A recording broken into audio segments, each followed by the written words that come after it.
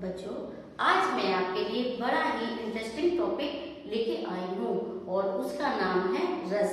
कि बच्चों, रस क्या होता है, इसका क्या शाब्दिक अर्थ है, इसकी क्या परिभाषा है मैम, और इसको हम कैसे पहचाने। तो बड़ा ही आसान शब्दों से आज मैं अपना टॉपिक चालू करने जा रही हूँ और वो है रस। ठीक है बच्चों, कई मतलब टीचर्स ने यूट्यूब पर कई प्रकार के डेफिनेशन दिए हैं और मेरे पास में कमेंट्स भी आते हैं कि मैम ये डेफिनेशन मुझे समझ में नहीं आई कि भाव, अनुभाव, संचारी भाव की उद्दीपनों से जो मन में भाव उत्पन्न हो उसको रस कहते हैं। लेकिन मैंने अपने शब्दों में आपको समझाने के लिए एक बड़े ही अच्छे तरीके से प्रयास किया है। बच्चों, पहले तुम जान लेते हैं कि रस क्या है। रस, आप रस से क्या समझते हो? रस कभी आम का रस पिया है आपने, संतरे का रस पिया है? तो जो रस पीने से मन को जो संतुष्टि होती है, आनंद की प्राप्ति होती है, वही रस है। लेकिन आज हम रस को शाब्दिक अर्थों में पढ़ते हैं कि रस का अगर हम मीन्स लगाएं तो इसका अर्थ होता है कि आनंद, मजा आ जाता है, आनंद आ जाना। ठीक है, रस का शाब्दिक अर्थ होता है आनंद।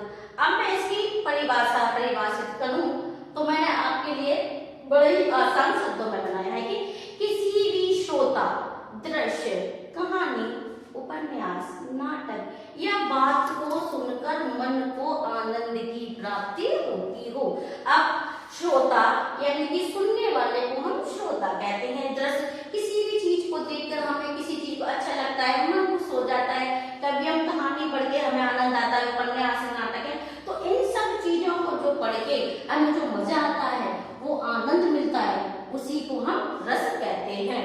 बड़ा हिंदी साहित्य के अनुसार वैसे तो हम बड़े क्लासेस में पढ़ते हैं तो रस 23 प्रकार के होते हैं, बट आज हम यहाँ कुछ जो महत्वपूर्ण रस हैं जो आपके कोर्स से अंतर्गत आते हैं, मैं उसी के बारे में बताऊंगी।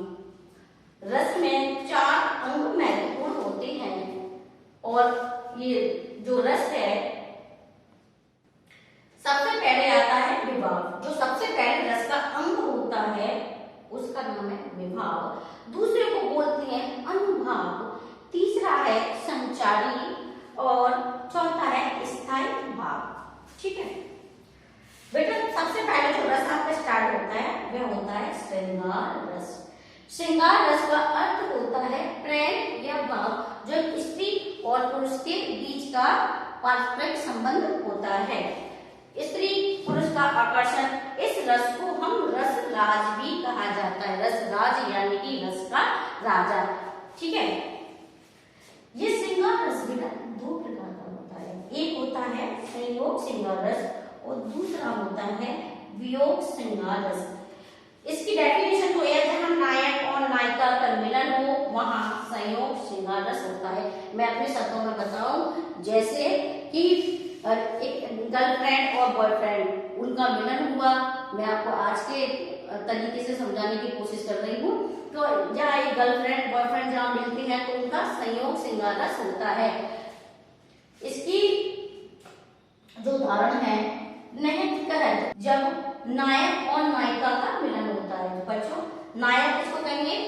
प्रेमिका, और नायक प्रेमी को कहेंगे। जब उनका मिलन होता है, जब वो मिलते हैं तो वहाँ संयोग श्रृंगार रस होता है। जैसे नैन कहत, रीजन की जत मिलिया, भरे मोन में करत है नैन की सौ बात। यह नायक और नायिका मिलते हैं और वो इशारों में ही कई बात अपनी कह देते हैं एक दूसरे से, तो यहाँ इनका मिलन हुआ। ठीक है, यहाँ मिले तो यहाँ संयोग श्रृंगार रस हुआ। दूसरा है वियोग श्रृंगार रस। बेटा, वियोग से क्या प्रतीत होता है? यानी कि कुछ अलग होगा। जहां नायक और नायिका का वियोग हो वहां वियोग श्रृंगार रस होता है, यानी कि उनमें दूरियां हो गई। इसका उदाहरण है, हे उद्दो मन नायक 10-20 एक तो सो गयो श्याम संग। यानी कि जो गोपियां हैं श्री कृष्ण के वियोग में वो इतनी मतलब दुखी हैं, वो उद्धव से कहते हैं कि हे उद्धव, हमें अपने श्री कृष्ण की जो उनका विरह है, पीड़ा है, वो सहन नहीं हो रहा है, वे हमसे बहुत दूर है। तो यहाँ क्या हुआ बच्चों? यहाँ उनका वियोग है, यानी कि उनसे अलग हो गए हैं और श्रृंगार रस में वे मिलन होता है। तो बच्चों, और त्वचा श्रृंगार रस का स्थायी भाग होता है रति। आपको ये वीडियो कैसी लगी? अच्छी लगी तो लाइक कीजिए, शेयर कीजिए, सब्सक्राइब कीजिए।